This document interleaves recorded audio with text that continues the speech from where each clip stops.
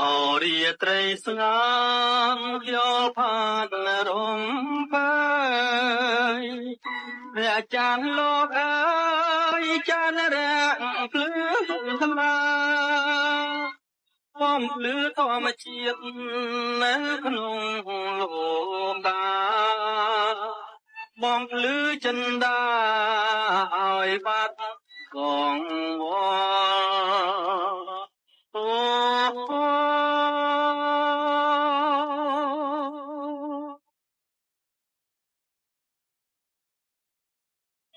ព្រះច័ន្ទគឺច្បាស់ស្រឡា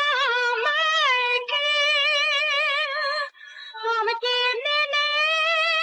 បាត់តងព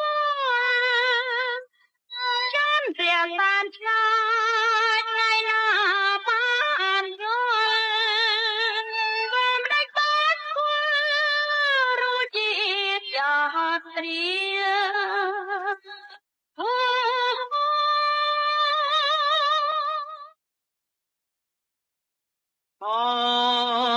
ប្រ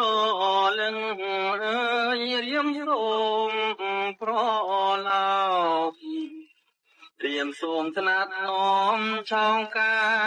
រពងតែកុំ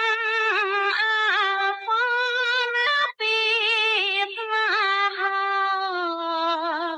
កន្តាហាត់ហោបងរងអាយណាស់អូយឈឺខ្លាំងណាស់កុំបាក់ខ្លាំងពេក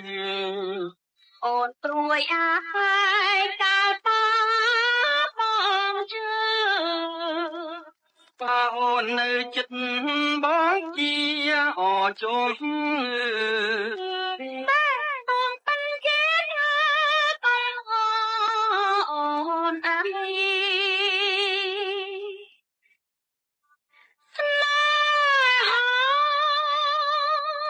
ណែហាសវណ្ណបច្ចាបងសូមត្រសងមេត្តា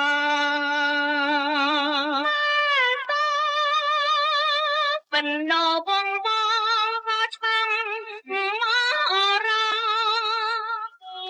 សូមអូនដាក់ទៀនតបងម្ដងទៅមិនបានទេព្រះអង្គអាណិតបងទៅអូន